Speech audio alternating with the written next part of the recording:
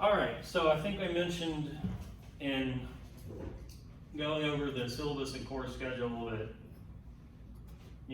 technically this class begins at 1500, but I've just taken the sort of academic liberty of taking us back a little bit further, particularly given the arc of our narrative or the story that I'm telling in here as part of this class.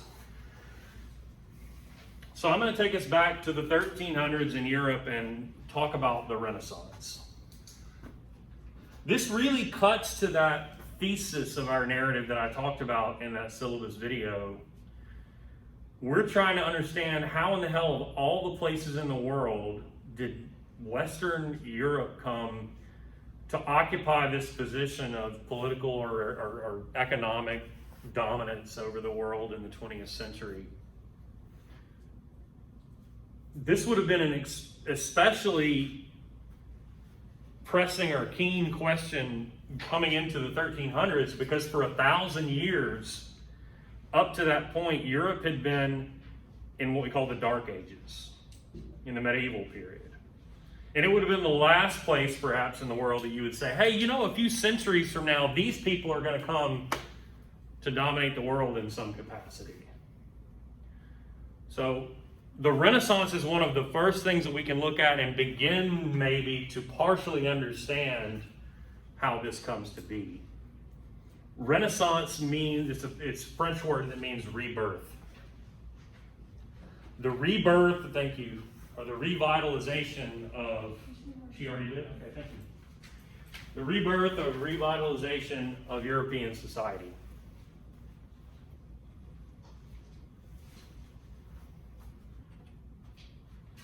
So let's look at our broad timeline of Western or European civilization up to this point.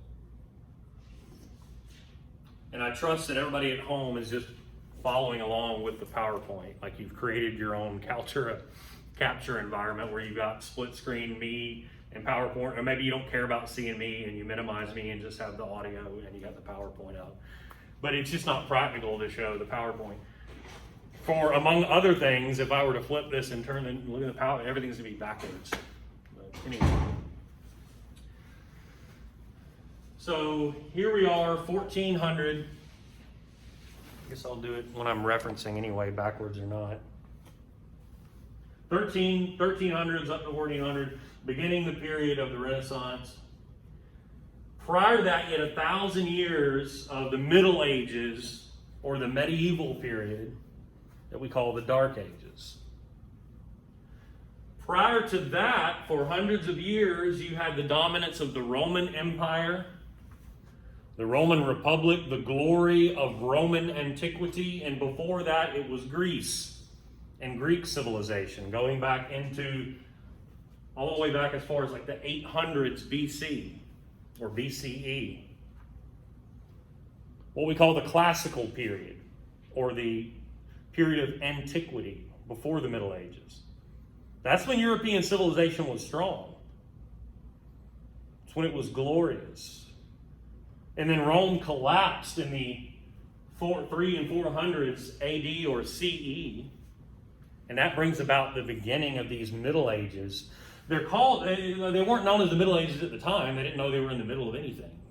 It's historians looking back who see this period between the glory of classical antiquity, Greece and Rome, and the Renaissance, and what we'll talk about next time, the Reformation. The Middle Ages sit between those two periods, and medieval is just an adjective form of Middle Ages.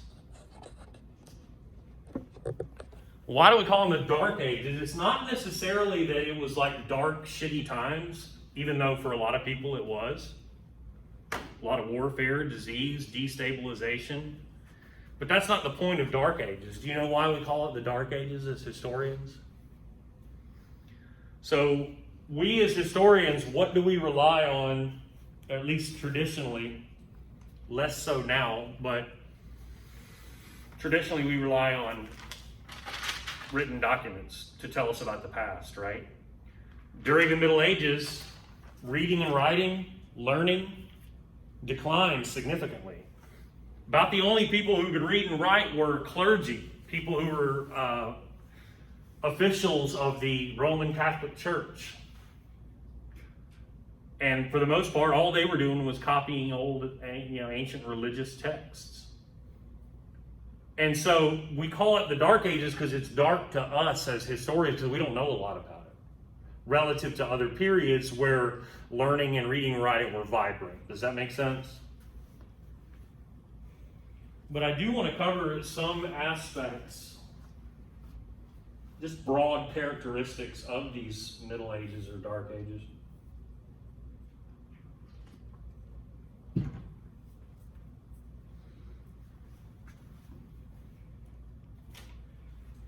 Which, as I mentioned a moment ago, they begin with the invasion of and conquering of and settlement of Europe by what the Romans would have called barbarians, Germanic peoples. People who maybe, for the Romans were a little bit less civilized, but are damn good at warfare and can go toe-to-toe with the Roman army and defeat them, and even sack or take and destroy the city of Rome. Groups like the Huns, under their great leader Attila, and groups like the Goths, the Visigoths and the Ostrogoths, and groups like Germanic peoples like the Vandals, from whence we get the word vandalize. Eventually these people carve up the old Roman Empire, and it collapses as an empire and falls into a number of different kingdoms that would later, as we'll see in a later lecture, become the nation states of Europe as we know them. But what begins to happen is when you have the absence of a state, imperial structure like you had with Rome, and you instead have these many different kingdoms and things become more decentralized, a social structure known as feudalism develops. Feudalism is a social structure in which you have a small number of lords who own the land. So titled people, dukes, kings, princes, who own the vast majority of the land, and then have people below them who live on portions of that land, or maybe even own some of their own land, but who have sworn fealty, loyalty to them, and said, I will fight for you. You provided this land for me. You gave me this portion of land to have as my own. I will now fight for you if anybody attacks you, or you decide you need to attack somebody else. So these people are knights, right? Who could be like many lords in their own right, and on their land. And certainly on the major lord's land, there are people who actually work the land known as peasants. They don't own any of that land. None of it's theirs. And in fact, some of it they actually farm on behalf of the Lord to provide for him. But he allows them to live on his land and have sustenance, be able to feed themselves and their families, and to graze their livestock on his land.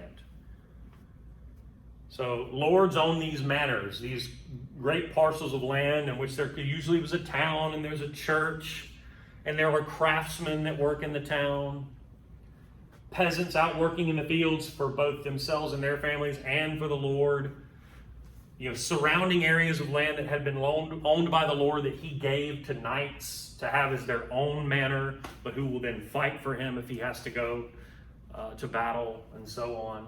This is a system of feudalism. So needless to say, these lords are very, very powerful, and typically in portions of Europe remain decentralized where there is no one like supreme king. But for the most part, and shifting over time, eventually in certain areas, a variety of lords would, have fealty and swear loyalty to a king. And kingdoms emerge.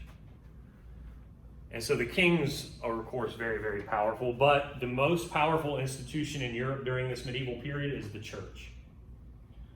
The Roman Catholic Church. The Roman Empire collapses, but the Roman Church does not.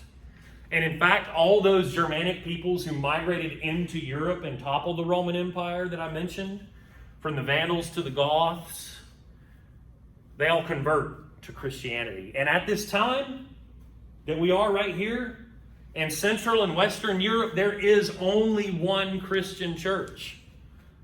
Nowadays, we have all these different denominations: Baptist, AME, Presbyterian, Methodist, right? All the above. Fundamentalist churches like the Church of Christ and so on.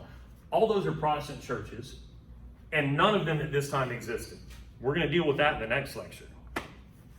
So at this time, the Christian church is the Roman Catholic Church, the head of which is the Pope in Rome.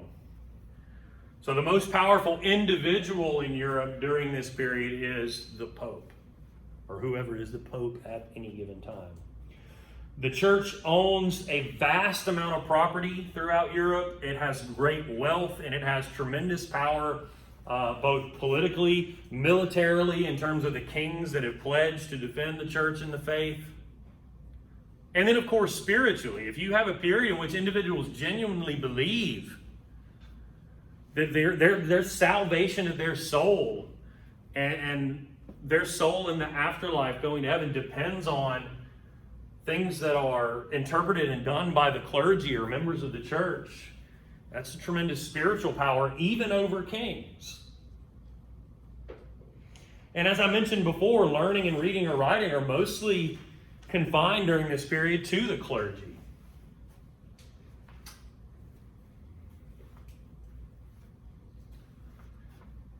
And I should say, too, during this period, what we'll see with the Renaissance is a revitalization of the visual arts and of architecture and sculpture and painting and this kind of thing. Not so much during the Dark Ages. So it's not just the decline of learning and reading and writing. There's not much production of high art. Certainly not the production of great literature during the Dark Ages. So the Renaissance will be, in many ways, a revitalization of that. Finally, when we get to the 1300s, the 14th century, and even to an extent the 13th century before that, the 1200s, Europe really enters a period of profound crisis. A lot of that has to do with warfare, some of which we'll talk about. But also, too, and isn't this appropriate? In my U.S. history class during this pandemic, we get to talk about the Spanish flu epidemic of 1918. In this class, we get to begin by talking about the Black Death, the outbreak of bubonic plague in Europe during this period. Perhaps the worst, certainly Europe's worst ecological or biological disaster. Worldwide, I think you would look at what we'll talk about later in the ravages of smallpox upon Native Americans a couple centuries after this as like the worst pandemics in world history. But this is up there. Bubonic plague is just one particular kind of plague. They call it bubonic because it gets in your lymph nodes and they swell up and they become like gigantic pimples, like they call buboes. They're like incredibly painful. And eventually, it eats away at your flesh and that kind of thing. And you die within a relatively short order. It has an extremely high fatality rate. We believe that people contracted it from fleas who had bitten rats that came over with the Mongol armies. In the 1200s, the Mongols from East Asia, and we'll talk about them more extensively in another lecture, they conquered almost all of Asia, and including China, the most powerful civilization in the world probably at the time.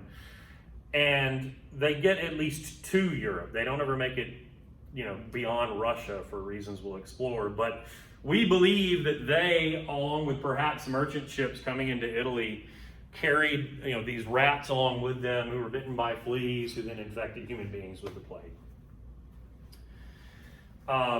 In the late 1300s, bubonic plague destroys entire towns and villages in Europe. You could go into a town ravaged by plague and literally the dead are strewn about the streets like you see here. And think about this. This is long before the germ theory of disease. It's long before the people had any concept of the principles of modern medicine as we know it. And so, when your best bet is the plague doctor, it's probably not. Probably your odds of survival are not very good. So here's your plague doctor. He's got, the leather hat, and that makes sense. Got the glass eye going for him. He got the beak stuffed with herbs and spices. Think about this. Here we are wearing masks, and the plague doctor has this beak with herbs and spices. The thinking being, if you were going to get something from the air, that it would be filtered through herbs and spices, and you wouldn't get it. The mask on, that's apropos, right? Obviously, we would agree with that. Covered head to toe, that seems to make sense. Got the leather gloves on, okay. My favorite part, though, is the wooden stick to keep people away, as it says on there. Because the plague doctor, man, that's, you got to be high society to afford the plague doctor. And so he's going to walk through these streets of dead and dying people, and you got these people like, please help me. And he's like, no, get away. He's going to beat them away with his stick to get to the people that, could afford his services, whatever those were. The point here is that this is all absurd and of course, helps no one. I mean, if we're having trouble dealing with a pandemic in 2020, imagine what it was like in, 1380. All told, as a result of the Black Death, depending on whose numbers you believe, somewhere between 30% and 60% of the population of Europe died. 30 million plus people died as a result of this pandemic. This has profound implications for Europe. And I think your textbook may explore some of the many ways, the myriad ways in which this plague helps remake European society. Politically, by this time, this is what it looks like. And this map is a little misleading. It's even more fractured than it looks. Certainly it's more fractured than it looks today, where down here, these are the nation states of Spain and Portugal. And this is the nation state of France, and this is Germany, and this is Italy, and that's the United Kingdom or Great Britain. Some of that's beginning to take shape, right? You got the kingdom of the Franks here, and the kingdom of England there. The Pope is in charge of the so-called papal states and in and around Rome. This is the misleading part. This is what was known as the Holy Roman Empire at the time. It ain't the Roman Empire. It's not holy. It's not even really an empire, so the name is completely misleading. The idea was that certain of this is many different little principalities and duchies, and certain of these dukes and princes pledged their loyalty to the Pope in Rome, and the Pope, for his part, picked one of them and said, "You are the Holy Roman Emperor," but it was not. I mean, any kind of actually contiguous or cohesive empire. I'll say more about that in the next lecture when we talk about Martin Luther and the Protestant Reformation.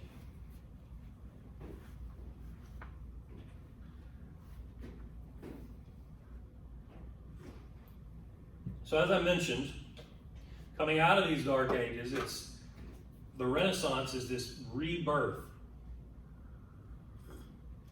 of European society,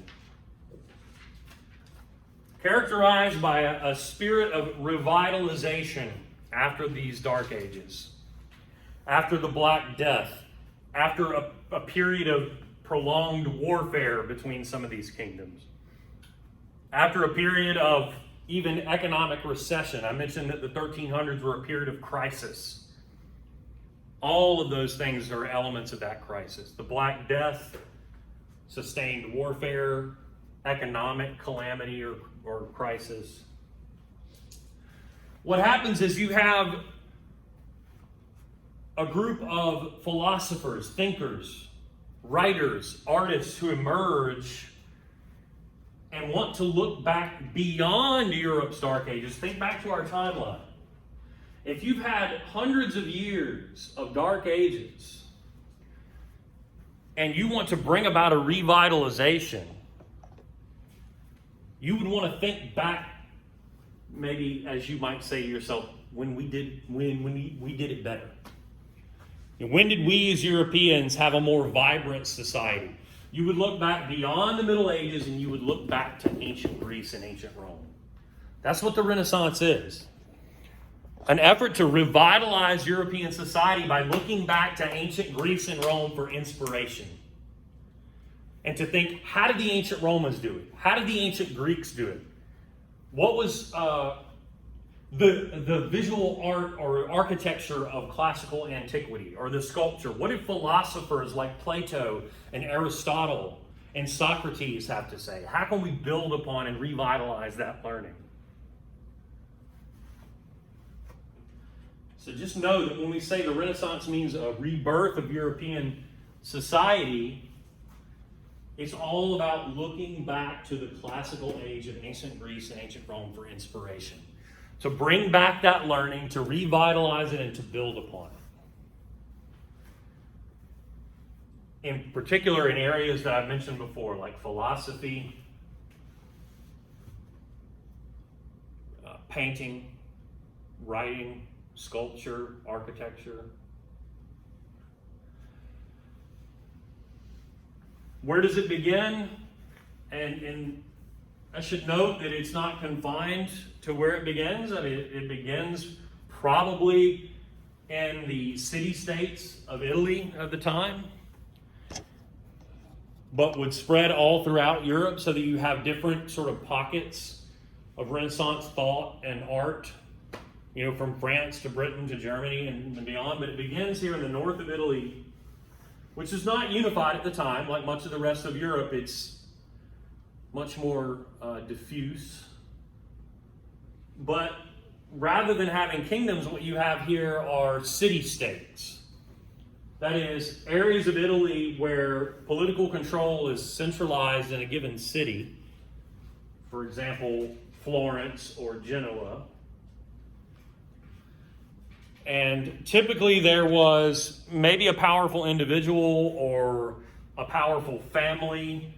Many of them were merchants or bankers, because these city-states are hubs of trade. All kinds of goods coming into Italy from the Middle East, from China, from India, by way of the Middle East. And you've got merchants and bankers that make a lot of money off that. And they are the political elite who control these city-states, who fancy themselves as little republics. But basically trying to mirror, in fact, remember looking back, mirroring the civilization of the ancient Greeks. In Greece, you had city-states like Athens and Sparta. This is trying to emulate that model. But the key to being merchants and bankers and having all that money, families like the Medicis could use that money to patronize, that is, to give it to artists like Michelangelo and say, create for me great works of art. Live in this house and take my money and create for me these great works of art that I can show my patronage to the arts and my wealth and affluence and sophistication. So it's those people having that kind of money that fuels the ability of artists to just live their life and do what they do and not have to worry about having food to eat and having to be out in the fields. They can commit themselves and their lives to creating these great works of art.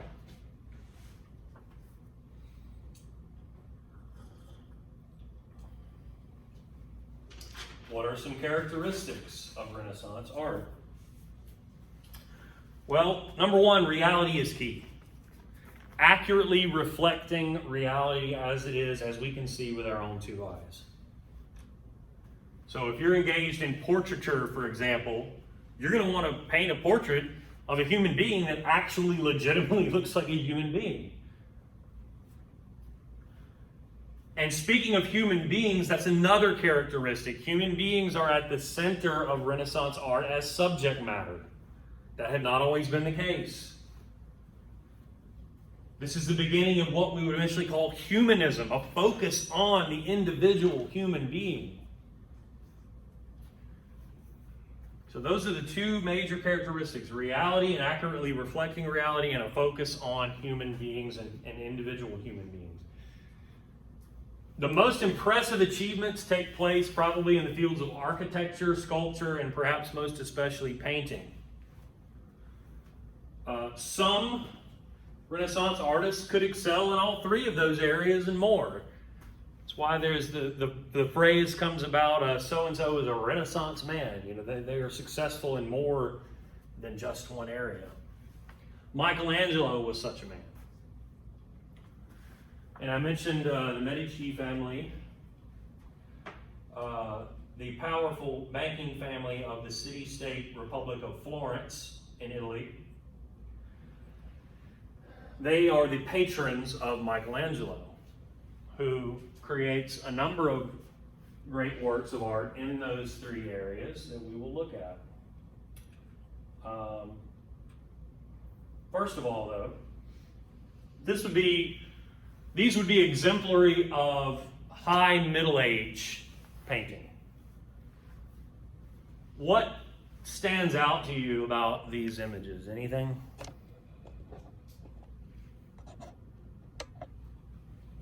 Anything at all? Oh, come on. I mean, for one, isn't the dull gold, abrasive gold, just like blasting off the page in both of these? First of all, they didn't have a lot of different pigments. They didn't have a lot of different colors. The fact that you have this beautiful, vibrant blue here, that's a late Middle Age development where they got that particular pigmentation from the East and was like, wow, this is beautiful, we should use this. But these colors too, the ones they did have, they're all symbolic. And that gold was thought to reflect, like the glory of God. And the blue was thought to represent like the purity of the Virgin Mary. And that's another thing. Does the subject matter of this not scream out at you? What are we looking at? What's that? Who's that? Mary. Yeah. Mary and the baby Jesus, right? Same thing right here. Who are these? People coming, perhaps the three wise men, people coming to visit the baby Jesus, right? These are Christian religious scenes. The vast majority of Middle Age art is devoted to Christian religious themes and subject matter. And that gold, which in some cases was actually, like partly actual gold, that's thought to reflect the glory of God. Never mind that it's all one sort of dull, abrasive color that kind of dominates your vision when you look at it.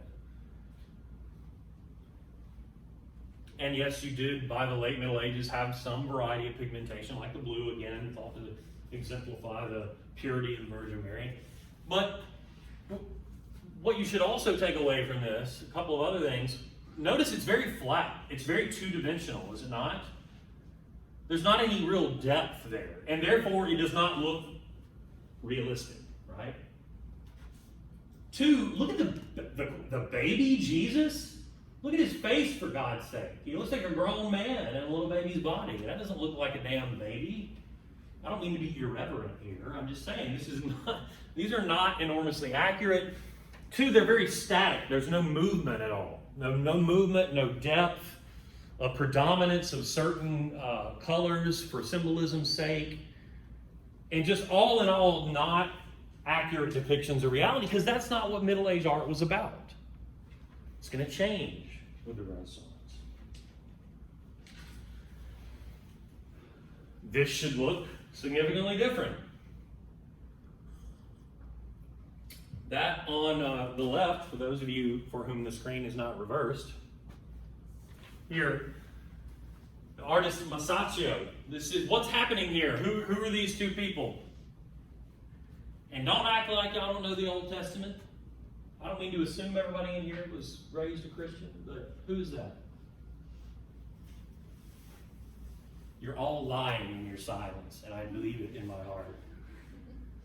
Adam and Eve. Yes, thank you. Adam and Eve being expelled from the Garden of Eden by that angel with a sword.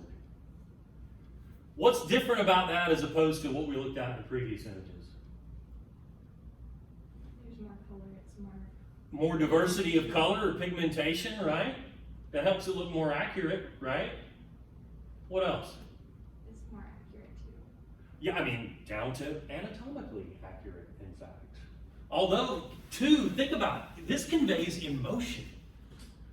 Did you get any emotions from the previous images? But you look here and you can see the grief and the shame in the faces of Adam and Eve, knowing that they have sinned against God's will. And you can see that shame in Eve trying to cover herself in her nudity. And you can see, look, depth. This is much more three-dimensional, right? Because they had learned how to manipulate light and shade and pigmentation, right? It's not flat and 2D like the previous images. You get the illusion of depth, of a third dimension. And then two, look at the angel and look at Adam and Eve themselves, and you get motion. You can tell that they are being expelled from the Garden of Eden. This image tells a story, in other words. There's no story being told by those previous static 2D images. But through certain technical advancements and through a sort of shift in focus towards, again, human beings and human emotions like grief and shame,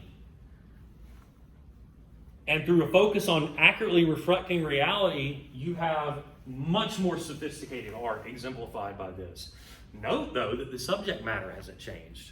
It's still an Old Testament Christian religious theme or story, right? So it's not like we're moving in the Renaissance completely away from a focus on Christian subjects. Here we have the work of Michelangelo, first of three we'll look at. This is a fresco. We have any visual artists in here? I should have picked on you earlier if not. And you sit there in silence while I embarrass myself with my cartoonish view of the visual arts. Do you know what a fresco is, by chance? Yeah. What is it? It's where they paint wet sediment, right? Yeah. Dry. Yeah, so it's basically like watercolor on plaster that dries, right? But you get these incredibly vibrant colors, and if it's been taken care of as the Roman Catholic Church has over the centuries, you could go to Rome and you could go to the Vatican, where the headquarters, if you will, the Roman Catholic Church is, and there's a chapel there known as the Sistine Chapel, and all of the walls and even the ceiling are covered in biblical scenes that are these frescoes. Watercolor on plaster that has these beautiful, vibrant, almost pastel-like colors. Same characteristics, though. Biblical theme, this is God and Adam, right? You have the motion here. You have an incredible amount of depth and accurate reflection of the reality of a human body. You have perhaps in the face of Adam the reverence of Adam for God. And you can just see Michelangelo suspended. They even suspend him, and it's not just him. These are creation of a number of artists, but suspend himself on like a wooden plank and would paint these on the roof of the Sistine Chapel. I think I have. No? Okay, there we go. Yeah.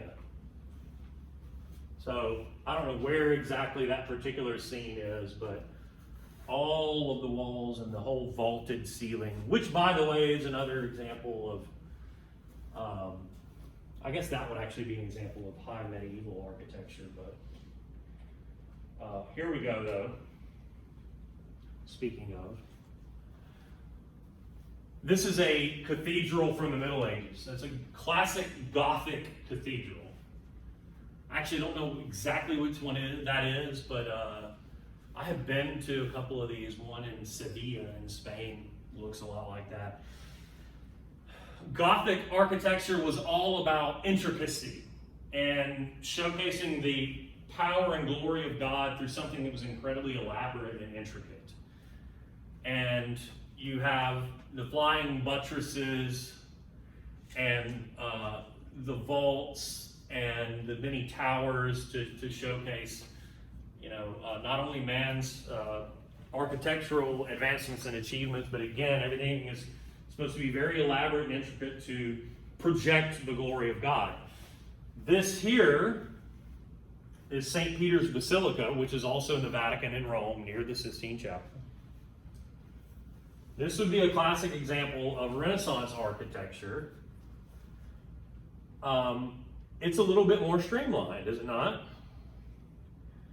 Now you do have the giant dome, and it is an enormous building. I mean, what a basilica is a gigantic church.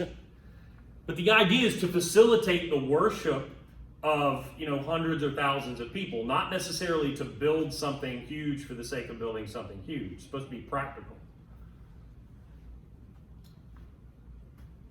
What about that? Remember, in part, for the Renaissance, it's about looking back to ancient Greece and Rome. These are what you might call Greco-Roman columns that would tend to evoke the architecture of ancient Greece and Rome, the Parthenon. So these Greco-Roman columns would be a key characteristic of Renaissance architecture. Michelangelo actually is among those who work on this. When I mentioned he excels in these variety of different areas, he's one of those who worked on creating that, designing that, and building that dome, which becomes characteristic of many chapels and basilicas throughout Christendom. And then finally, sculpture. This is Michelangelo's David. And on the left, you have sculpture of an Olympian from ancient Greece. And they're obviously similar. They are strikingly, anatomically correct. Among other obvious things, you can see that even the ab definitions in David. In terms of specifically or overtly hearkening back to the ancient world, though, Michelangelo here was thinking about the Greek philosopher Plato had this notion of perfect forms. The idea that what we see in the world is not necessarily actual reality as it is, but there are these perfect forms of which we can have reflections. The thinking was Michelangelo would create like the perfectly proportioned man. And in this case, though, it's not just a random man, it is David, and by David, which David do I mean? The David that defeated Goliath in the Old Testament and then becomes King David. So again, a biblical theme or subject matter.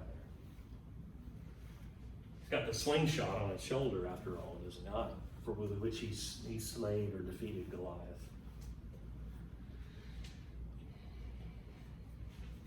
Questions?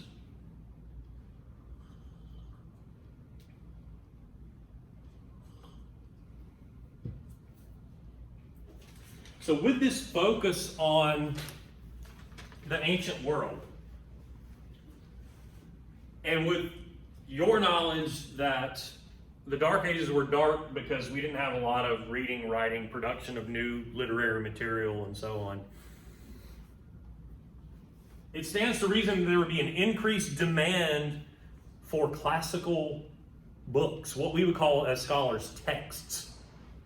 And I don't mean like specifically what we would call today a textbook. I just mean books before they were called books. Scholarly works, in other words, philosophical works, religious texts even, from the ancient world, which had either disappeared from Europe during the Dark Ages or had been stuffed away in some monastery somewhere, where monks were slowly but surely, page by page, by hand, making copies of these texts. But where do they go? They're not disseminated throughout the population. Most Europeans in the Dark Ages are illiterate. Wouldn't have mattered how many books they came across. So they're getting old and withering away in libraries, or more especially monasteries or other church buildings, or they're disappearing from Europe, and they're actually in libraries in a much more intellectually sophisticated part of the world at that time, and that is the Arab Muslim world. At that time, if you're looking at Western Asia and Europe, probably the two most sophisticated, intellectually speaking, cities in that part of the world would be Alexandria in Egypt and Baghdad in Iraq. And a lot of these classical texts ended up in libraries in those cities. And so part of the Renaissance is European scholars going to the Arab Muslim world and rediscovering these texts and bringing them back to Europe. To put that another way, Western learning, in a sense, was kept alive by scholars of the Arab Muslim world at that time.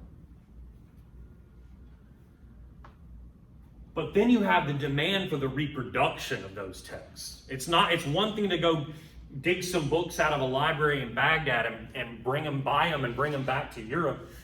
It's about making copies of those so that they can be, shared with some other university that is emerging in some other part of Europe, or to some other intellectual or artist in some other city throughout Europe.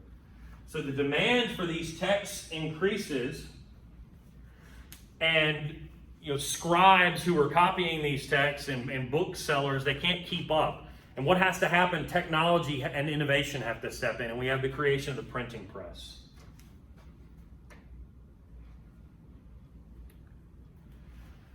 The impact of which is tremendous. Johannes Gutenberg in Germany is the first to create a viable printing press, the genius of which is movable type. So prior to this, as I've said, people, when you wanted to copy a text, it was a monk or some scribe or something sitting down and literally just writing it out hand by hand, which clearly is tedious and takes a long time. The printing press, first of all, makes use of paper as invented by the Chinese. Linen paper as opposed to what they had used before, like calfskin or sheepskin. You have linen paper made from flaxseed that you've found from China and learned how to emulate and create. But the real genius, again, is in the case of movable type. So I'll reference this woodcut here, which shows a printing press in action or in production. So let's say you have a text and you open it up and you have pages 1 and 2. What you would do, you've got all these little letters, like from like a Scrabble board, but they're metal letters, right? All the letters of the alphabet, numerous of each of them. And you would see the text on those 2 pages and you would arrange those metal letters to reflect that. Does that make sense? And maybe you're thinking, that sounds way friggin' more tedious than just copying it by hand, and that's true, but wait. You arrange all those letters to reflect that on a plate. And you have this giant, like, rubber tamper that you dip in ink, right? And you get ink all over it.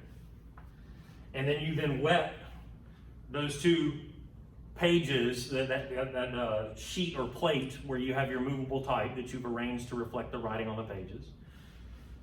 And now you're ready, and this is where the magic takes place. This has already been pressed, but if it were up here, you'd have this thing that has your pages on it, right? Your linen paper. And then you then pull that lever, and it comes down on the inked letters, and you pull it up, and voila, you've got your 2 pages, right? Does that make sense? The genius of this is that you can do that again and again and again and again. And, at the end of an hour, you've got 100 of pages 1 and 2, right? Then you rearrange the letters for pages 3 and 4, and you can have 100 pages 3 and 4. So at the end of a day, instead of 1 copy of X number of pages or a book, you've got numerous. Does that make sense? So the actual process of arranging the metal type and inking it up and all that was a little bit tedious, but once you had done that, you could make numerous copies of those pages and then rearrange and do the same. In essence, this is the mass production, as we would call it in the industrial age. This is the mass production of texts. And that is dramatically important, not just for this Renaissance, but also for what we'll look at next time in the Reformation. I'll re-reference this when we come back, or rather when you see me on video next time. So Gutenberg develops this in the 1450s. And what do you reckon the first text that Gutenberg mass produces? Bible, Christian Bible. But it's not just the Bible. Printing explodes all over Europe, cities and universities in the late 1400s and 1500s. By 1500, the people operating printing presses had made 8 to 10 million copies of some 40,000 titles. So 40,000 different texts or books, and millions of copies of those books created, something that would have been unthinkable during the Dark Ages. About half of those were religious texts. Old and New Testament, writings of older religious scholars and that sort of thing. So the writings of somebody like St. Augustine, for example, on Christian matters. Maybe the Catholic Catechism. The next highest in number would be classical texts, which you're talking about the ancient classical world, certainly of Greece, that would have been the ancient Greek world. You go back far enough, would have been pre-Christianity. So a lot of these classical texts were not Christian religious. They could be on philosophy or ethics or mathematics or even astronomy or whatever, on the visual arts. So this facilitates the creation of a mass reading population. We're entering a period that will be quite unlike the Dark Ages, in which you have many people who can read and write that are not necessarily members of the church. Members of the clergy. People who can read and write who are not just priests or bishops and so on, or monks, or kings or princes. Begins the process of creating a mass reading population. More importantly, it facilitates the spread of ideas. The printing press and the mass production of text facilitates the spread of ideas. Enter the humanists. And humanism. Humanism is an intellectual movement which sought to improve the individual human being. Intellectual movement, so movement of thinkers. Intellectual movement that sought to improve the individual human being through the study of the classics, through the study of classical thinking and literature. Again, getting back to our theme of looking back to the classical world of Greece and Rome. It's characterized by a spirit of self-awareness. If you're trying to improve the individual human being, you mean, of course, or perhaps in particular, yourself.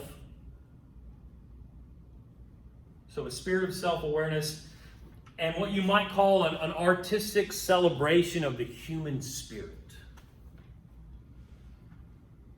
Think about the word Renaissance itself is a humanistic metaphor. Rebirth of European civilization, that's a humanistic metaphor.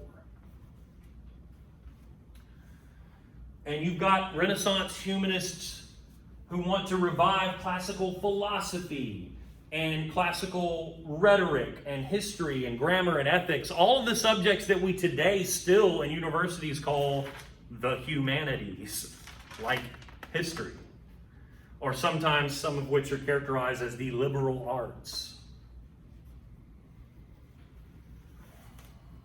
Now, this doesn't mean that everyone's moving beyond divine inspiration or a focus on the Christian religion and the Word of God. It's merely a shifting of focus, if you will.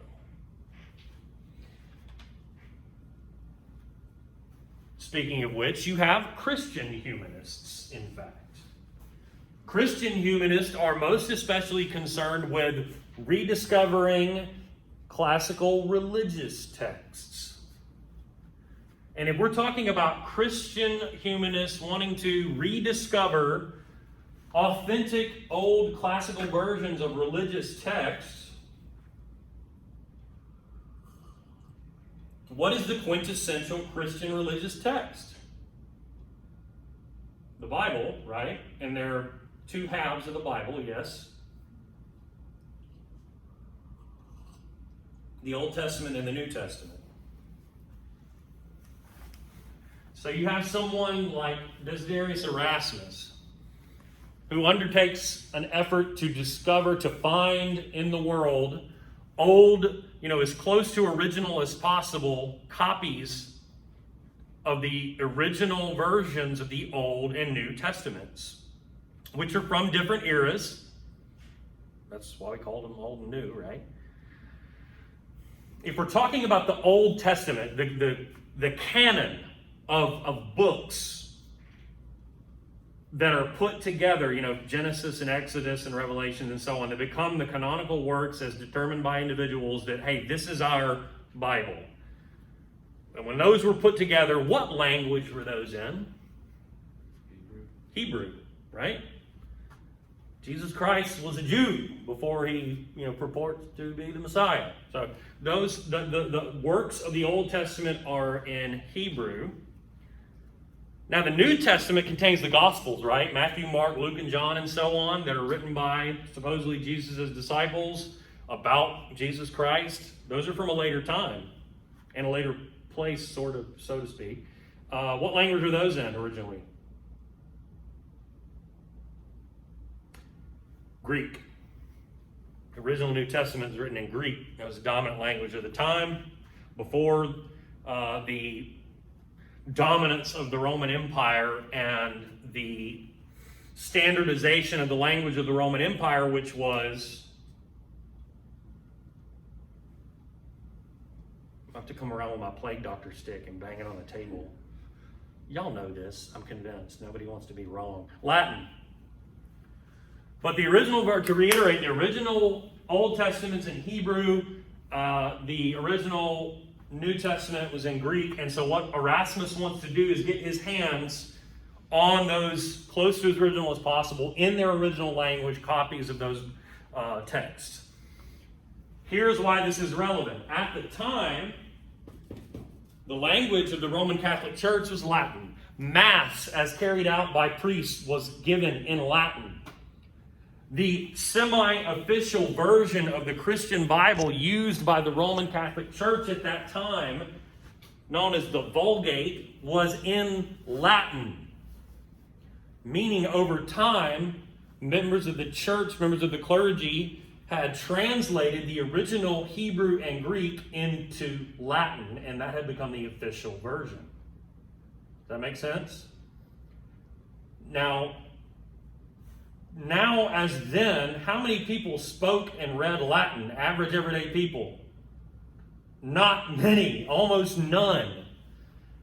And so, in order to access the Word of God, in order to go and participate in Mass and do the things the church said you needed to do to make sure your soul goes to heaven, you depended upon priests and other members of the clergy.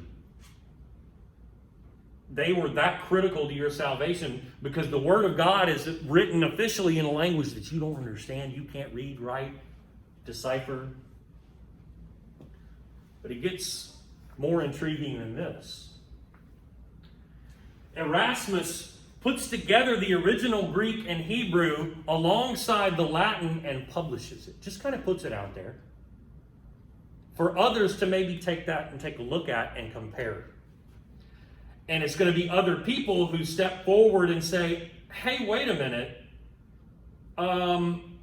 There have been some changes made over the centuries here. I see some stuff in the original Greek and Hebrew that ain't in this official Latin version anymore. Or maybe vice versa. You see what I'm saying? The church had made changes over the years to the actual, what's supposed to be the Word of God in the Bible. Taken some things out, added a few things in here and there. Now, Erasmus doesn't go that far in his time, because think about what you're doing here. You're accusing the church of altering the Word of God. What's more, once Erasmus has put these original versions out there, people can ignore the Latin official church version, go to the originals, and then translate the originals into languages that people actually speak and read and understand. You could take those originals published by Erasmus and you could translate those into Spanish, into Italian, into French. The languages that used to be Latin before they came into the hands and everyday lives of those Germanic peoples. You could translate it into English as the King James Bible, right? And then you have the Word of God in a language that you, everyday people, understand. What are the implications of that? Maybe you don't need the priests anymore to tell you what's in there, right? Maybe you could access the Word of God yourself and interpret it for yourself. Maybe you don't so much depend upon the church anymore. This is an existential threat to the church. And then at the same time, you have individuals that will take what Erasmus has done, compare and contrast, and accuse the church of taking some stuff out. This is asking to be executed by the church. People who have done things like this throughout the years have been burned at the stake or hanged by the church as heretics. At a minimum, they've been what they call excommunicated or kicked out of the church, with the idea being that you're going to hell because you don't have access to Mass and these sort of things anymore. So Erasmus never went that far, but he planted the seed, and Martin Luther is going to cultivate it. Martin Luther is among the first to say, you took this out. Martin Luther is among the first to suggest you don't need to worry about all these million things the church has said that you got to do to get to heaven. Because Martin Luther sees in the original versions of the Bible that preceded the Vulgate, the Latin version, where it says you could be saved by your faith in God alone and his sacrifice. Luther will be among those who initiates what we now call the Protestant Reformation, a protest movement, hence Protestant, effort to reform the Catholic Church, that becomes, in Luther's own lifetime, a movement to leave the church behind and to form independent Protestant churches like the Lutheran Church. That is what we will talk about next time. We are, despite my tardiness, 9 minutes early. Are there any questions? All that made sense. All right, well, that's where we'll pick up next time. When I see you virtually, we'll pick up talking about Luther and his 95 Theses, which you'll read some of those, and explore the Protestant Reformation. All right. Thanks for your attention.